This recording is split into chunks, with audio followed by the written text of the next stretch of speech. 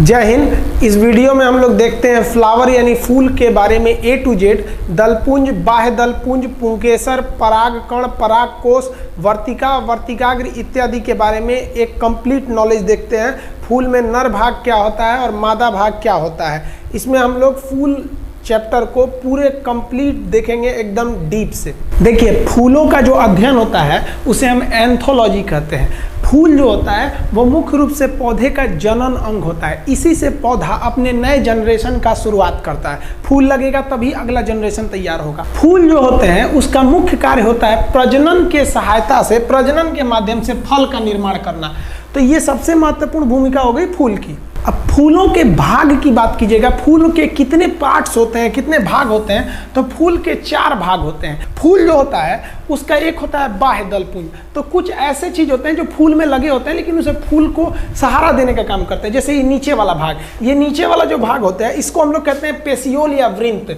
वृंत जो होता है यही फूल को मदद करता है डाली से निकलने में। इसी को पकड़ के आप किसी को गिफ्ट देते हैं, तो ये नीचे वाला हो गया वृंत, या इसी को कहेंगे पेसियोल।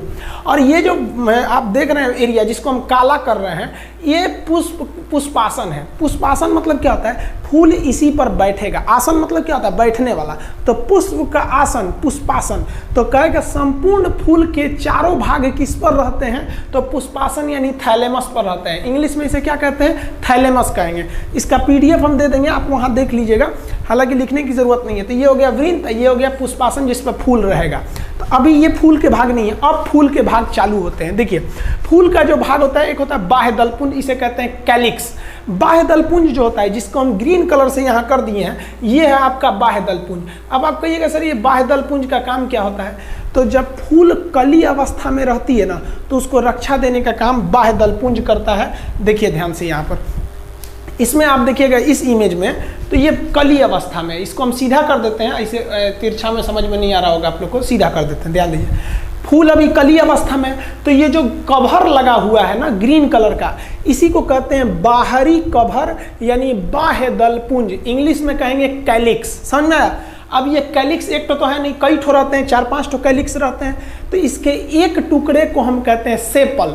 सेपल कोई बहुत बड़ा चीज नहीं है, हटाइए उसको। सेपल के समूह को हम कैलिक्स कहते हैं। तो अब कैलिक्स समझिए बाह्य दलपुंज। तो ये हो गया हमारा बाह्य दलपुंज। ये कली को क्या करता है, रक्षा देता है। जब कली धीरे धीरे खुलने लगती है तो कैलिक्स बाहर हटने लगता है। देखिए यहाँ कैलिक्स क्या हो रहा है, ये बाह्य दलपुंज बाहर खिल रहा है, तो बाह्य दलपुंज धीरे धीरे बाहर खिलने लगता है। और जब पूरा फूल खिल जाता है तो बाह्य दलपुंज नीचे लटक जाता है। ध्यान दीजिए, इसमें नीचे से लटक गया है। ये क्या है, बाह्य दलपुंज।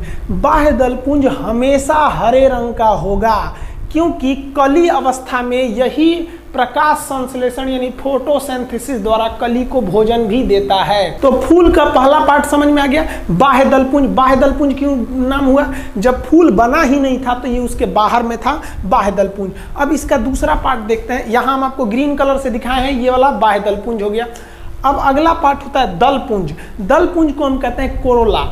दलपुंज को क्या कहते हैं, कोरोला। कोरोला जो होता है, फूल की पत्तियां होती हैं जो कई रंगों की होती हैं। जैसे गुलाब का लाल भी होता है, सफ़ेद भी होता है, कई कलर के, गेंदा में पीला, सूरजमुखी में भी पीला। तो जो रंग बिरंगी पत्तियां होती हैं इन्हें हम कहते हैं दलपुंज। इसके बाहर जो हरे रंग का कली अवस्था में था उसे बाह्य दलपुंज। तो यहाँ हम आपको येलो कलर का कर दिए हैं। ये क्या चीज़ है भाई, तो ये है भैया दलपुंज। ये दलपुंज कई रंगों का होता है। दलपुंज के रंग अलग अलग होते हैं। इनका रंग अलग अलग क्यों होता है, तो ये भंवरों को आकर्षित करते हैं, भंवरों को आकर्षित करते हैं। और इन्हीं दलपुंज में सुगंध होता है। आप फूल में क्या सूंघते हैं, दलपुंज सूंघते हैं, यही सूंघते हैं। अब देखिए, कुछ फूल ज़्यादा सुगंध करते हैं, कुछ कम करते हैं। तो जो फूल रात में खिलते हैं वो सुगंध के द्वारा कीटों को आकर्षित करते हैं। अतः रात में खिलने वाले फूल ज़्यादा सुगंधित होते हैं। जैसे रात रानी होती है, पूरे बहुत महकता है रात रानी का फूल। और जो दिन के समय के फूल होते हैं वो रंग बिरंगे होते हैं। वो रंगों के द्वारा कीड़े मकोड़ों को, भौरा, तितली इत्यादि को आकर्षित कर लेते हैं। अब आप बताइए ना, रात के समय फूल रंग बिरंगा खुल के क्या होगा। रात में आप किसी लड़की को आंख मार देंगे तो क्या मतलब बनता है, तो उससे नहीं ना होगा। तो रात में जो भी चीज खिलते हैं उनमें रंग सफ़ेद होता है। रात में खिलने वाले फूल सफ़ेद होते हैं, अधिक सुगंधित होते हैं। दिन में खिलने वाले फूल रंग बिरंगे होते हैं और सुगंध कम होता है। फूलों का रंग हम किसे देख के पता करते हैं, तो ये हो गया आपका कोरोला यानी दल पुंज।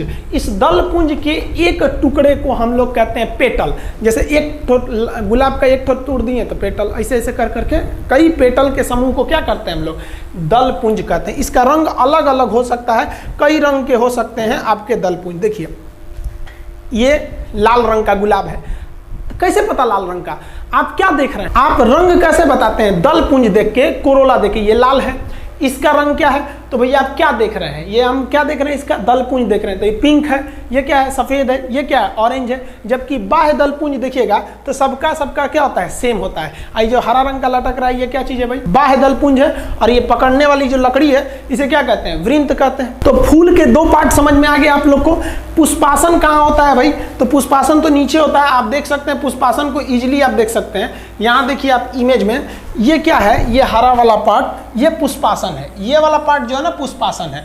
जब ये बाह्य दल पुंज खुल जाता है तो पुष्पासन ढक जाता है। जैसे देखिए इसमें खुल गया है तो पुष्पासन ढक गया है, तो इसे हम कहते हैं थैलेमस पुष्पासन। याद रखिएगा थैलेमस को अच्छे से। जब हम आपको फाल्स फ्रूट यानी असत्य फल पढ़ाएंगे तब बताएंगे कि वैसा फल जो फूल में नहीं बनता है बल्कि डगर के नीचे चलाता है तो उसे हम लोग असत्य फल कहते हैं, ये फल में पढ़ाएंगे। ये समझ में आ गया। फूल के दो पार्ट, ये हरा वाला क्या है भाई, बाह्य दल पुंज, उसके अंदर लाल वाला क्या है, दल पुंज है। फूल का अब तीसरा पार्ट समझते हैं हम लोग, उसे कहते हैं पुमंग। देखिए पुमंग से याद रखिएगा पुरुष, प से पुमंग प से पुरुष, तो कहेगा कि फूल का नर भाग क्या कहलाता है, तो पुमंग, इंग्लिश में कहते हैं एंड्रोसियम।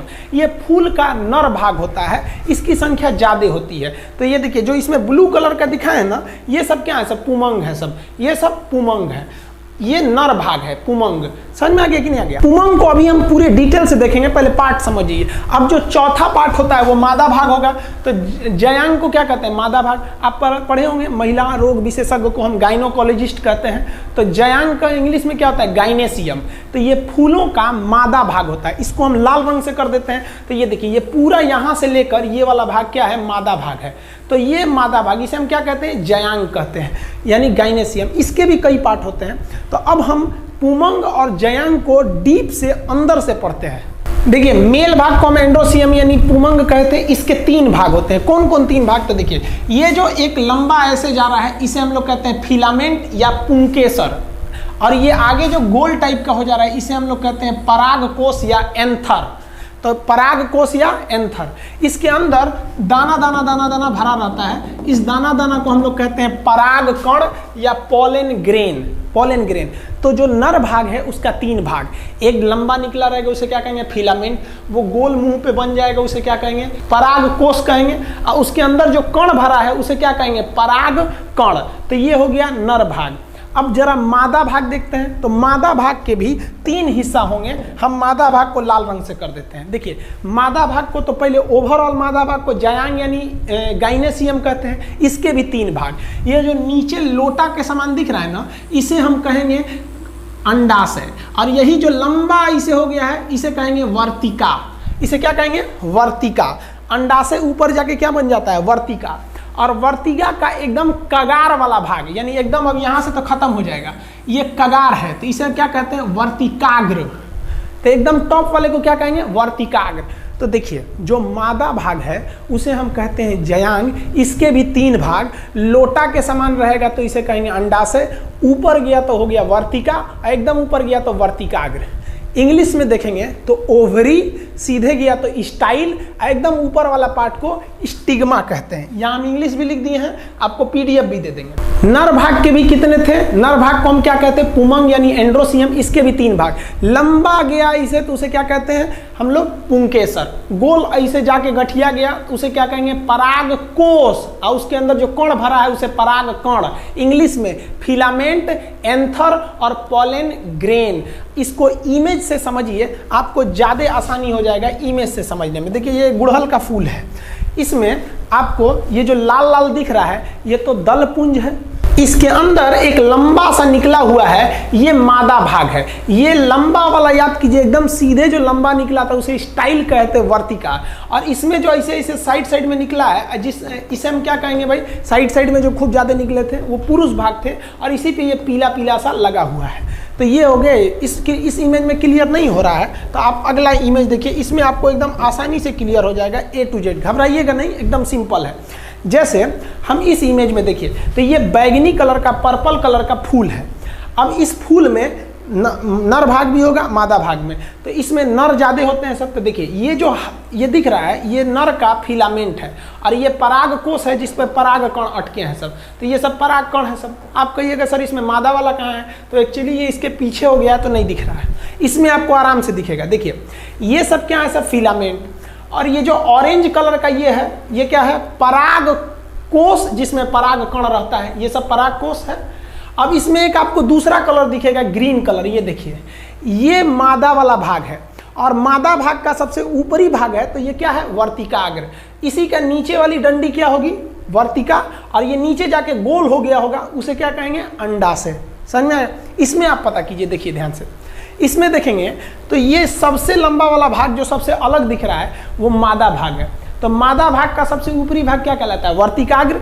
तो ये हो गया वर्तिकाग्र, और जो नीचे आ रहा है ये क्या है, वर्तिका, और एकदम नीचे जड़ में जाके गोल हो गया होगा वो क्या है, अंडाशय। और ये बाकी सब क्या है, सब नर भाग।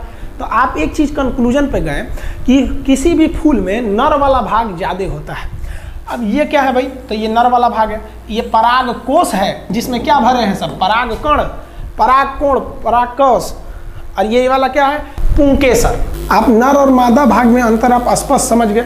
अब आप यहाँ पे देखिएगा तो ये जो आपको ज्यादा संख्या में दिख रहे हैं बाहर बाहर, ये नर भाग है, और ये नर भाग का सबसे ऊपरी भाग पराग कोष है, ये सब वाला भाग हो गया। हम इसको कलर चेंज करके दिखा देते हैं आपको, तो ये वाला सब भाग। और अब इसी में देखिएगा मादा भाग, तो ये वाला बीच वाला ये क्या है, मादा भाग है, और ये मादा भाग का एकदम ऊपर का हिस्सा दिख रहा है क्योंकि इमेज ऊपर से लिया गया है। तो ये मादा भाग का सबसे ऊपरी भाग क्या होगा, वर्तिका का लास्ट भाग, वर्तिकाग्र। तो ये वर्तिकाग्र दिख रहे हैं सब। समझ में आया? आप इस इमेज में अगर देखिएगा तो इस इमेज में आप बताएंगे कि कौन सा है। एक्चुअली ये फिगर थोड़ा सा उल्टा है, इसको अगर हम सीधा कर दें तब आप बता सकते हैं। देखिए ध्यान से, इसमें ये वाला जो है सब, ये सब नर भाग है सब, और ये वाइट कलर वाला जो ऐसे गया है ये मादा भाग है। तो आप फूलों के बारे में टोटल कंप्लीट समझ में आ गया, नर और मादा में क्या होता है।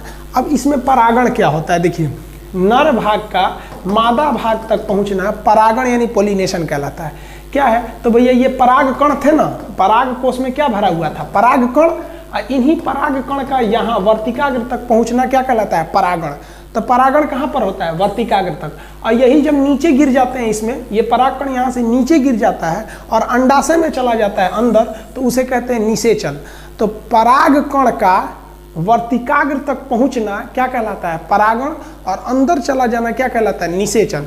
परागण और निषेचन ये कॉम्प्लिकेटेड होता है थोड़ा सा, इसके बारे में हम नेक्स्ट वीडियो में समझेंगे। फूल के बारे में कंप्लीट समझ गए हैं। जय हिंद।